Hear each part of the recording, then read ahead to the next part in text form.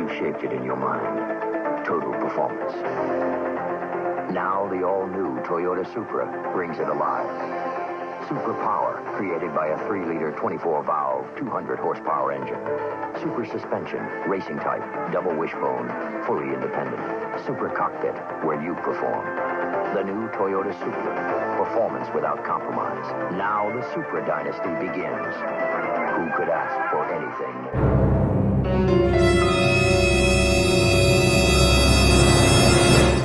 All right, bear with me. So, starter is the original Aristo starter. I did clean it up and try to put a little base black paint on it. It's been in and out 2 or 3 times since I started my build, and I think all my issues really originated from this post here. When I snapped off first of all, when I got the Aristo motor, they had just cut the lug, the terminal wire, and so it had been bolted pretty much and secured for probably 20 years. It fought me a little bit to get the original off, and I think what happened was the post turned a little bit, and you'll see on the inside of this plate here how if this post spins a little bit, it'll offset the way that the contactor contacts against it. It has to be really flat. If it's a little bit off axis a little bit, it doesn't make good contact with the contactor, and then you get intermittent starting issues. Starter motor works great. It's just really the contactor that's the main issue here, and I didn't want to replace this all. This is original Denso. I really want to keep the factory Denso quality. Granted, I don't rebuild these for a living, but I'm pretty confident that I can make a pretty lasting repair on this. So I ordered a contact kit or a rebuilder kit for this starter. I hope that it's the right kit.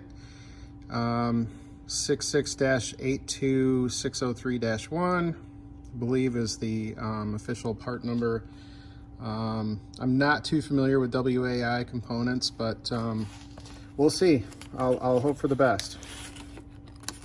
So it just looks like a packaging, some dunnage they throw in the box to make sure all makes it safely. So we have some the reason why I thought that this would be a good parts vendor is the copper contacts look pretty legit. They look pretty thick, like the OEM. So this is really what you get in the kit. A nice new copper contactor. I'm not sure if that's what they're called or not, and then you get a bunch of these, I think these are really for kind of a cross gamut of models of Denso starters. So anyways, I'm going to get started, and I'm going to kind of feel my way through this. Now granted, I've had this open before, so I'm familiar with what's inside. 7mm bolts here, screws here. Swap out my drill driver.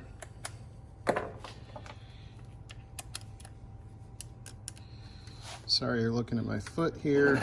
I'm trying my best to get a good video here.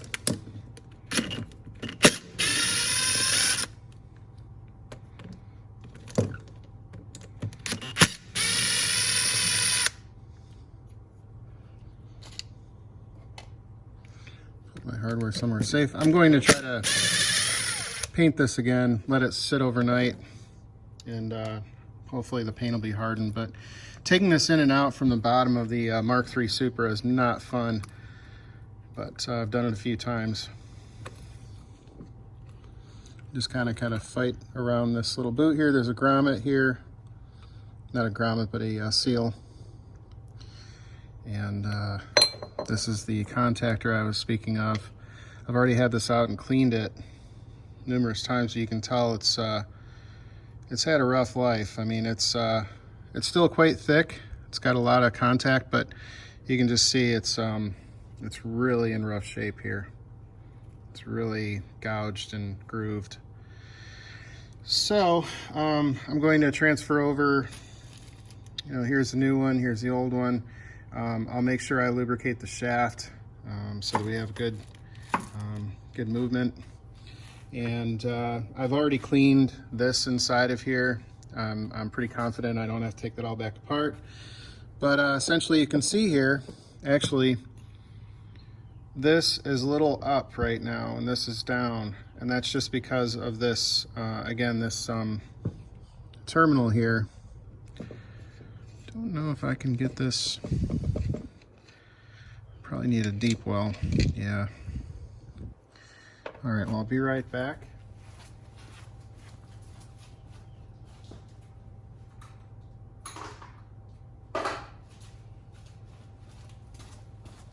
Okay, 14 millimeter. And I'll just try to turn it, if I can get my,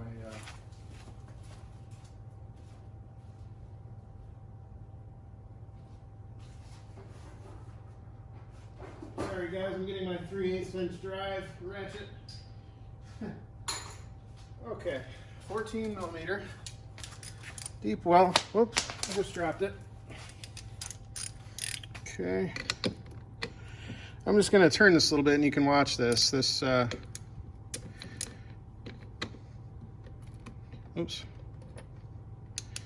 you can kind of see. Sorry, I'm not. I'll turn it like as if I'm tightening it. And what you'll see is this will rotate a little bit. Watch really slowly. Okay. Yep, so that's rotating a little bit, as you can see. So essentially, probably all I really needed to do is tighten this down, the stud. It probably would have been okay for a little while longer. But what started happening was this starter would stop working after I went for a long drive and it was warm. So, you know, I'd go to stop and get some gas or something and have to pull the key out for a minute or two. I'd go to start it back up and it would never start. It's a little embarrassing. So we don't need that. You want to be really careful, you know, about putting all the insulators back in as they should be. So there's a washer that goes on the, and there's actually a little, it's actually a little rubber, kind of rubberized grommet that goes around this to seal it. And this is the insulator. And then there's a really thin washer that goes on the outside of that. And then this goes through pretty much this post here. And there's a rubber boot or a rubber O-ring here on the back side. So what I'm going to do is replace this. Replace this guy right here with a match. Again, we're going to be really careful to replace all the hardware exactly as we're taking it off. So O-ring, remember that. Insulator, remember that. And then we got to find the equivalent of this here. I think I found it. Okay, that's not it.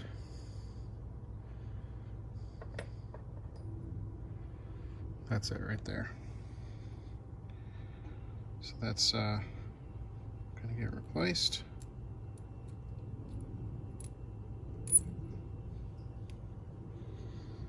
And this is the wear surface. It's pretty grooved. It's had a lot of starting actions. You can see it's how grooved that is. Again, it probably would have worked quite a while longer had this post not become, or this post been tightened. You know, it should have been probably just fine after a tightening, but nonetheless, we're going to replace it.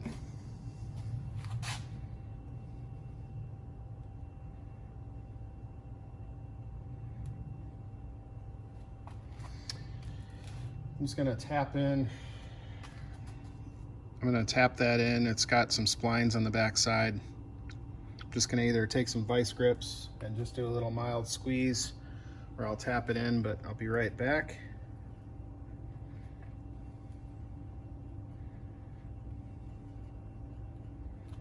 Let's see here.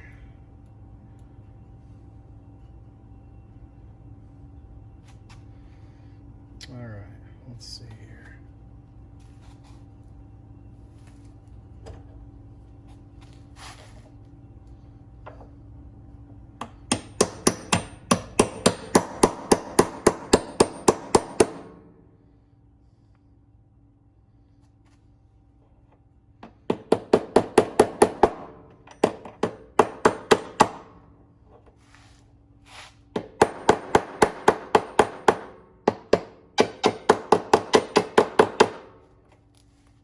It's not really wanting to go on there very well. It's probably going to have to get pulled in by bolting it on. It's about the best I could do with a quick attempt. All right, so I'm going to put this guy in with this collar facing this direction on this grommet or ice insulator, rubber O-ring. And then we're going to pretty much keep it flat against that surface. Okay. And then we will tighten it down. So, got this insulator here, which again has a little rubberized seal, and then there's a little locating pin that goes through. And I can feel it engage with the other rubber O-ring. Got a flat washer. And then you've got your bolt for the main stud.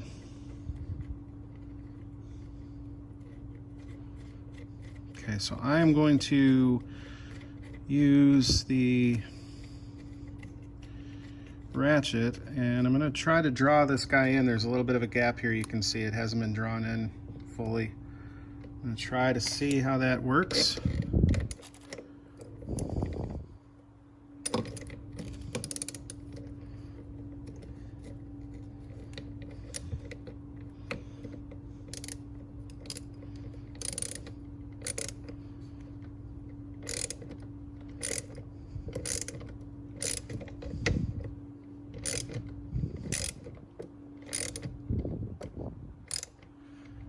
Okay, it's drawing it in more. There's a lot less of a gap, if any, right here now. It is tweaking a little bit as I'm tightening this. So I got to be really careful not to let it, again, get off axes too far. I'm not sure what the technique is that they use from the factory to keep it from doing that. I can kind of maybe might be able to put a adjustable wrench or a wrench on the inside of this to keep this square as I turn, and that might prevent this from twisting. Let me try to see what I can find here. Let's see. I'm gonna have to take this for a minute to my wrench drawer.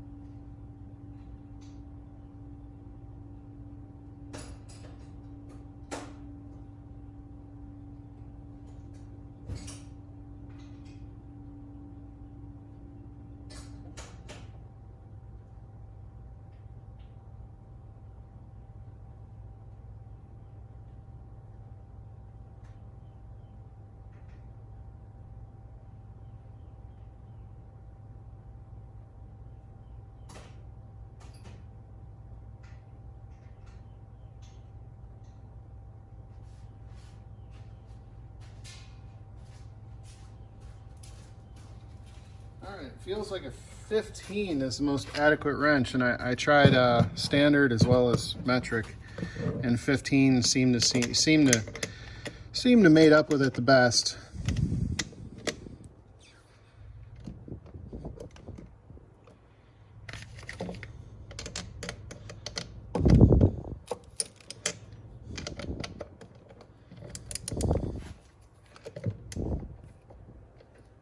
Oops, going the wrong way.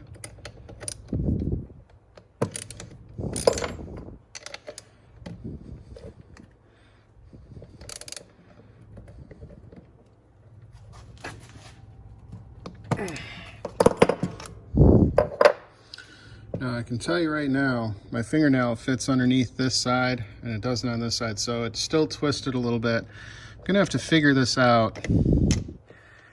Got it torqued down pretty well. There's not much room to move a wrench in here. I might be able to get a smaller sided wrench. I know the older Craftsmen are pretty thin.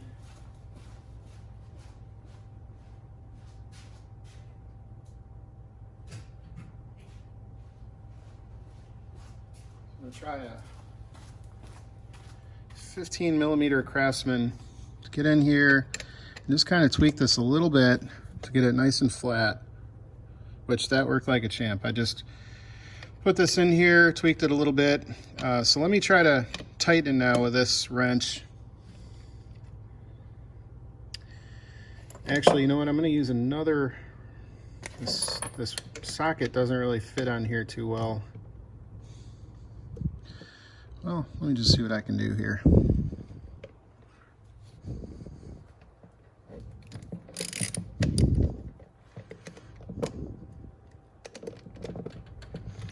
Okay. It's nice and tight. Okay. Move just a little bit.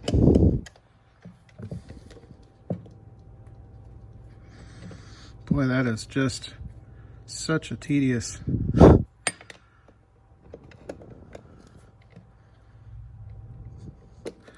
See, it just moves just a little bit.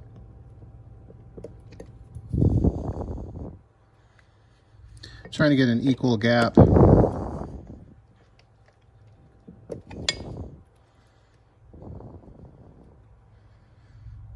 Feels pretty good to me. It's pretty much level with this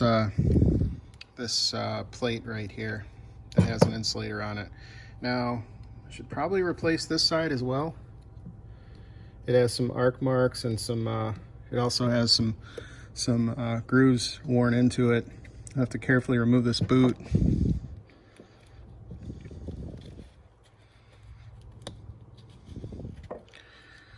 Okay, and then I think we have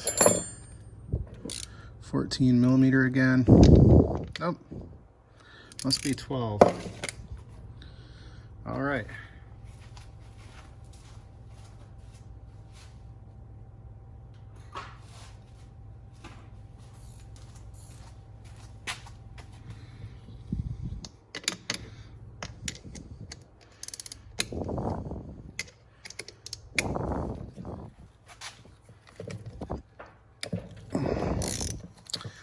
Oh, baby was on there.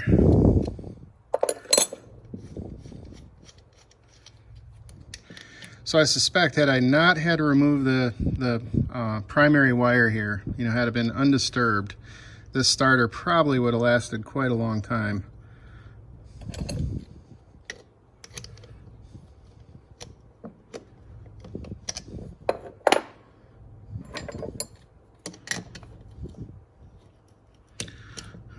Wasn't very tight, the stud here, at all. So that might have been part of the problem too.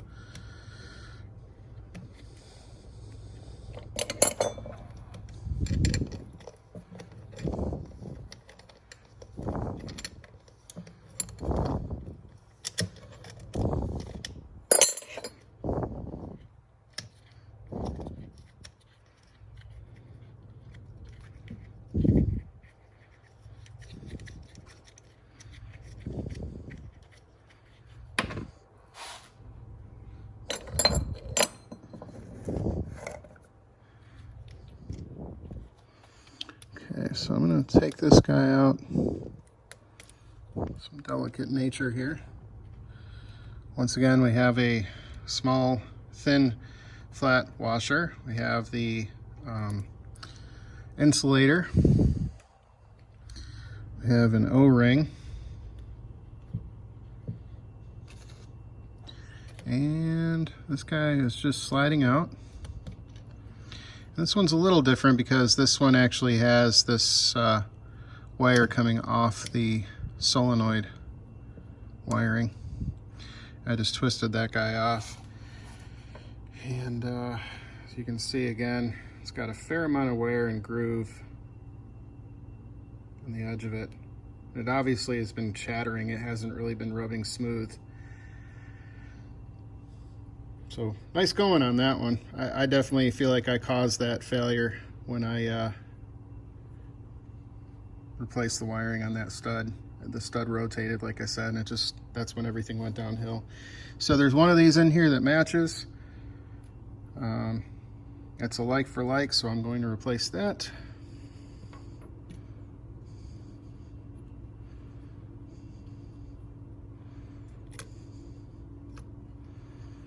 And there was an insulator on the back side that still remained on there, so I didn't have to touch it. I believe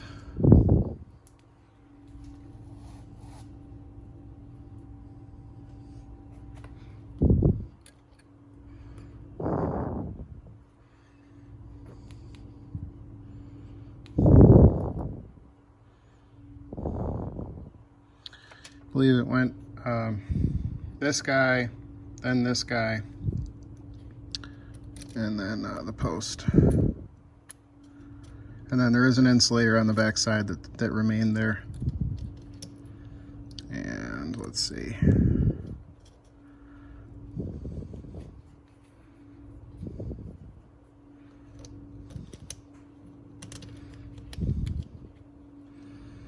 Okay. Now,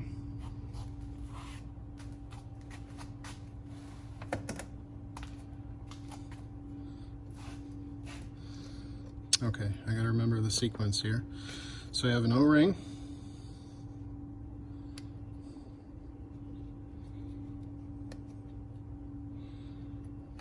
Oops.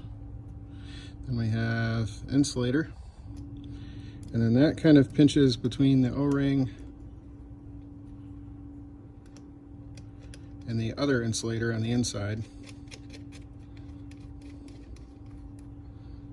Now I'm going to have to hold this down and again align it as I'm tightening this stud.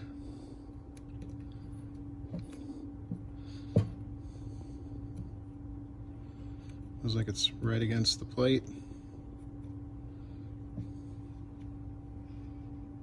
Let's see here.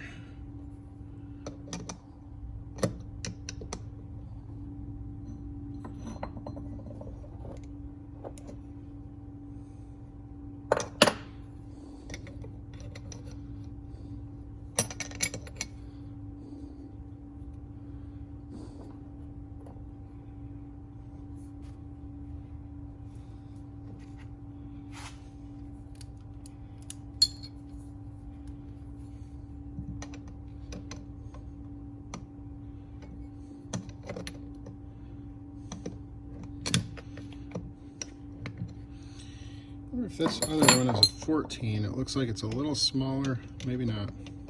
Well, that's a 12. Let's see if I grab a 14 millimeter.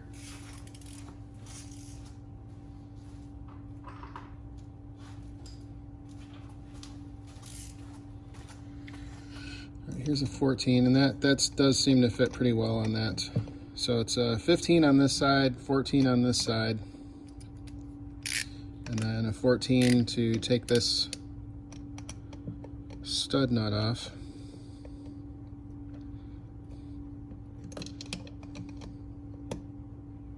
I wonder if it might even be 13. If I can find a 13.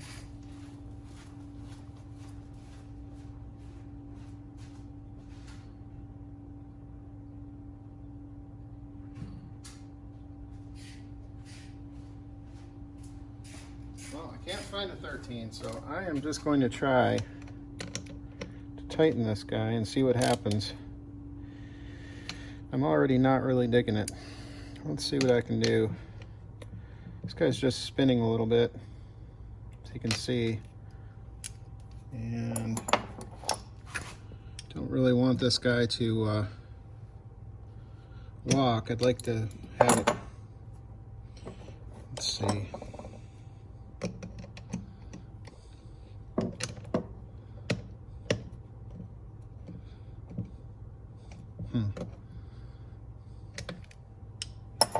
It's probably a tool for this. You could probably just like lay this against this on the back side maybe. Or maybe put a flathead in there, I don't know. Let me see what I can do. Let's see here. Yeah, because I just don't like that guy spinning, so I'm trying to tighten it. Kind of see it. See this guy right here.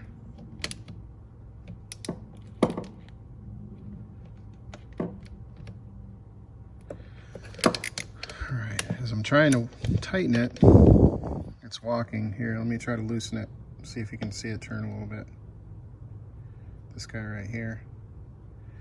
So, with that being said, let me see if I can get something jammed in there to kind of keep it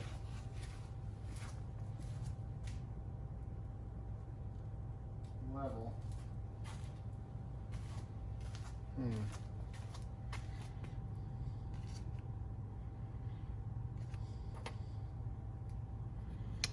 These guys are pretty thick. I can't fit that in there.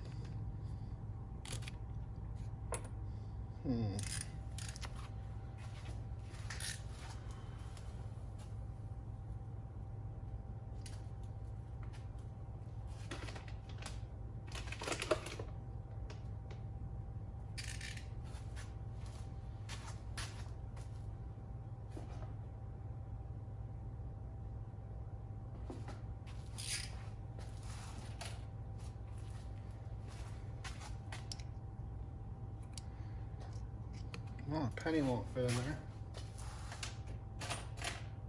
I don't have a dime.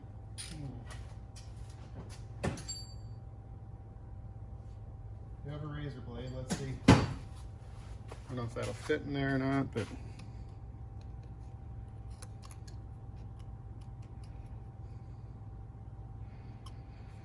okay, so something about the thickness of a razor blade.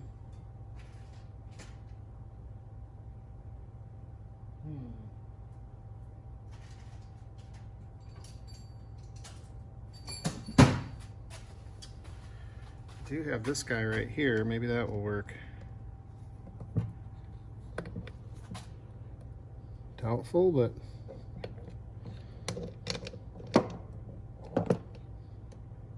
yeah, no, it's not going to work. So close, so close. I just have to find the right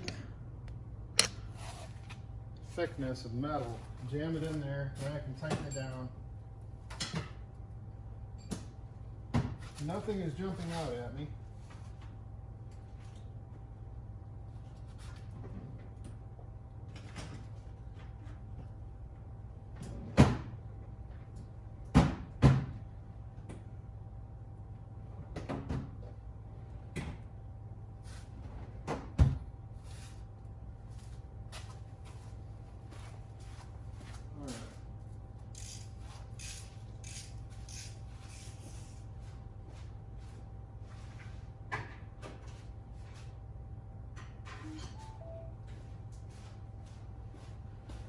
Let's see here. I've got a flat-headed screwdriver. Maybe that'll work.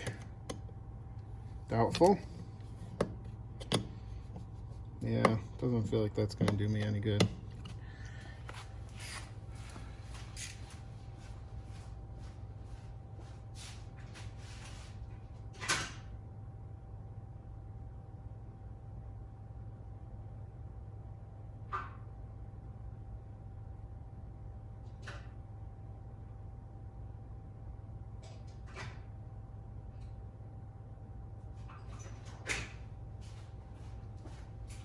I've got a thinner bladed screwdriver. If I wedge it across this side, no, it's going to be this side. I hope it'll quit. It'll keep it from tweaking.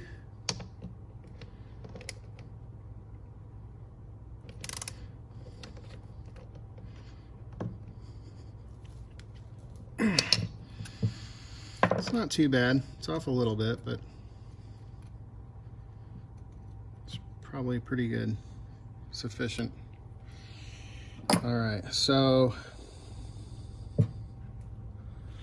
Now we've got this guy.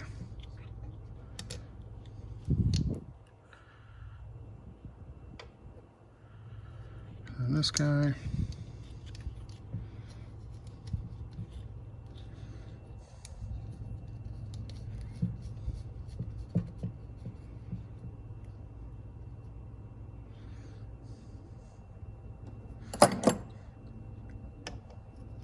$12mm.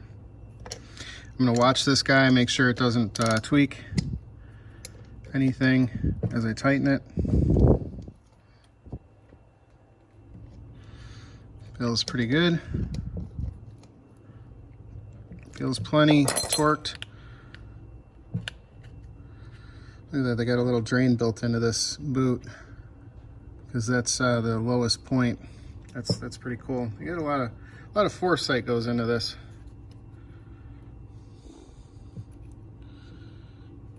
Okay.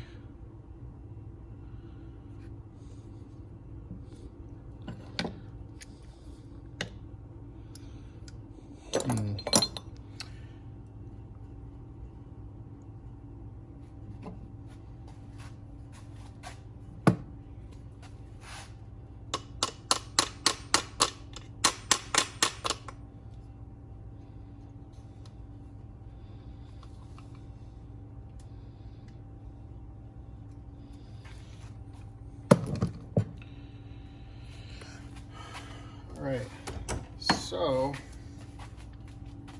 this should be all good now. I'm gonna dab a little bit of lube. Clean this guy up a little bit.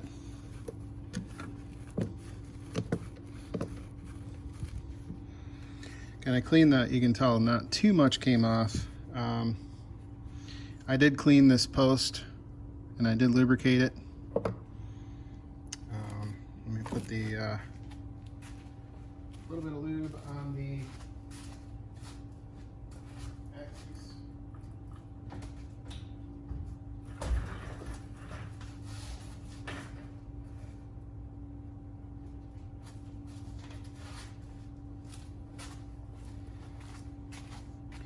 This is some high temp Mobil 1 synthetic gear grease.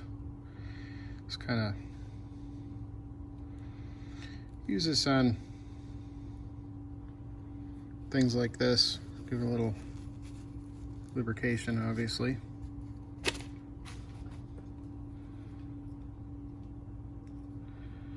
Okay, we're putting the spring in. Okay, it looks like a good fit. And you know, all that basically happens is this guy is actuated down, which then contacts this copper plate against these two terminals, and that's basically where it takes your battery's primary and conducts electricity just like a switch from here to here, and then this guy is fed into the actual starter motor. So everybody says, oh, I'm replacing the starter. Well, you are, but a lot of times the starter motor is perfectly fine. At least that's what I found in most of my Japanese vehicles that have had bad starters. It's almost always this is what the fault is. So as this is actuating outward to make a contact, it's also pushing these teeth against your starter. It's actually engaging those teeth at the same time. So it's got a dual purpose. Pretty clever design. So essentially everything here should be good to go now.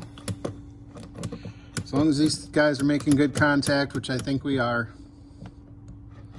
You know, I could hook up my voltometer. Again, it doesn't represent the high current that the starter motor needs, you know, by testing it with my voltometer, but I can at least kind of solidify we're making good contact, and I'll put it on the audible sound when it's shorted.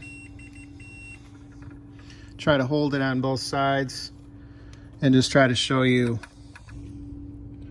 that we are indeed good when this contacts. So listen in.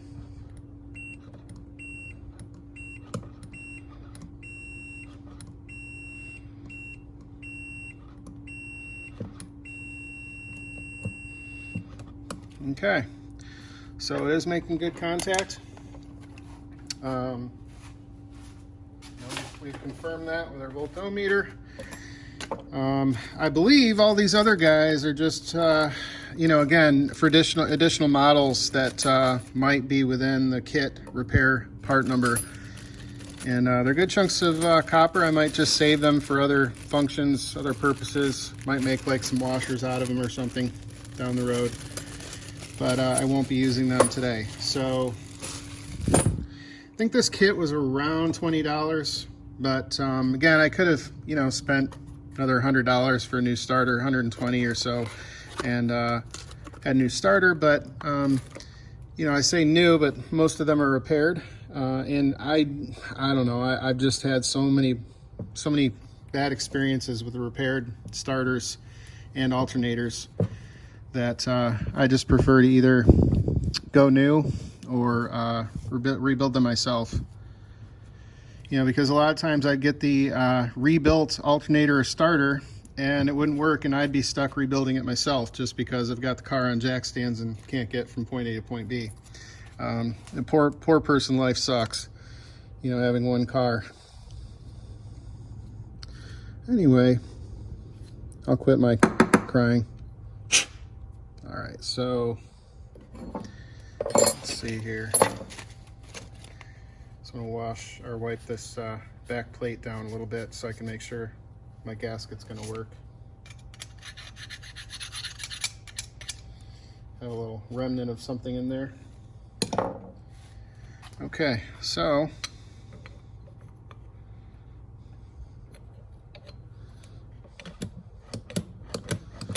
you know, another safety thing would be to make sure that, you know, after you're done with this repair, make sure that this isn't grounded in any way, or measure resistance, just to make sure that you're not close to, you know, make sure you didn't forget an insulator, or, you know, because you don't want to reconnect your battery and have a meltdown. So I've got it on ohm scale, and I'm just going to go to grounding on the housing, which, you know, go right to the thread right here. Actually, I'll go here, and we have infinite overload, so we have no resistance whatsoever, so that's good. So the insulator is working well. We're not grounded to the housing, so when we go to reconnect the battery and we give this post some juice, we're not going to have any kind of issue with you know, there being a grounded primary battery wire. All right, so I put this nut back on. Just gonna inspect this guy one more time, just make sure I got everything right. Now, this guy looks a lot better, obviously, as compared to the old one. Which I don't even know where I put the old one at the moment. Just to do a little comparison, but anyway. Let's see.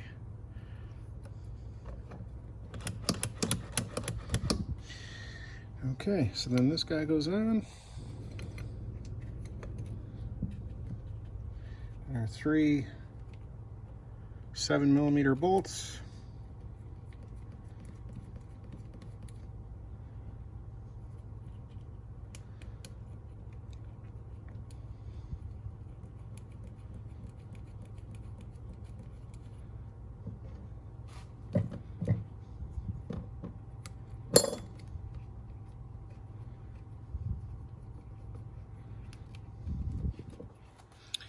All right, so now I'm just going to tighten this guy.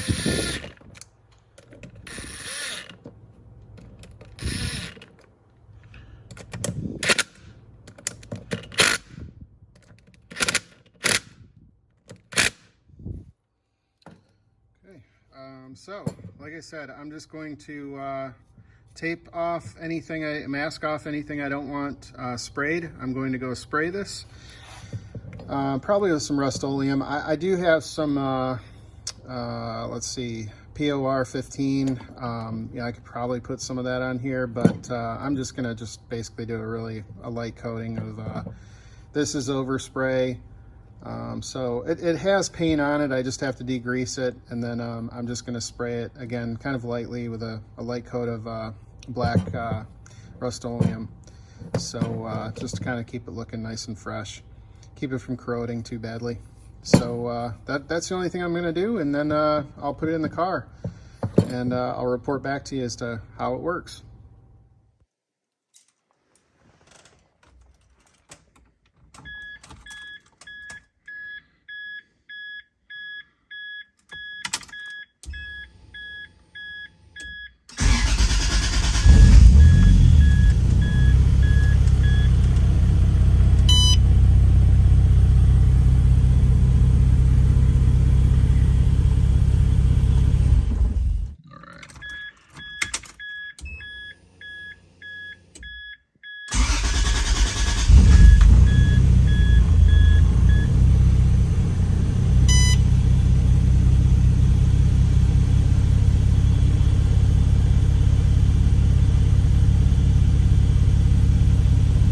Interior still in pieces, and I'm working on that. That's a winter project, but so far the starter's been working great.